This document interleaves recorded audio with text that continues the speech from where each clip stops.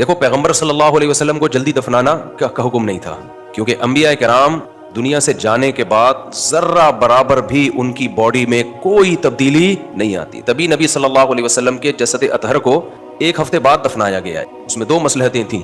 एक मसलहत तो ये थी कि खिलाफत का मसला, कि सहाबा ने सोचा खिलाफत के मसले को पहले हल करें, क्योंकि उसमें अगर डिले हो गया ना तो तलवारें चलना शुरू हो जाएंगी आपस में कि ये अमीर का इंतखाब ये आसान काम नहीं है, इसको पहले निपटाओ, जल्दी से निपटाओ इस मसले को पहले। जाहिर है उसमें टाइम लगा कि ऐसा ना हो कि ये उम्मत चंद सेकंडों के लिए भी बेलगाम हो, कोई उनका हाकिम ना हो। जैसे हमारा हाल है ना, हमारे मुल्क का मसला क्या है, कोई ताकतवर हुक्मरान नहीं आता हमारे यहाँ। जो भी आता है इतना कमजोर होता है कि दूसरा उसकी टांगे खींचना शुरू कर देता है, तो वो कुछ भी नहीं कर पाता, ना अच्छा ना गलत, कुछ तो करने दो उसको।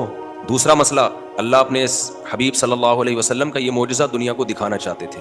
एक हफ्ता आप सल्लल्लाहु अलैहि वसल्लम का जसद अतहर सारी दुनिया ने देख लिया कि उसमें कोई तगय्युर जर्रा बराबर भी नहीं। मेडिकली ये पॉसिबल है क्या?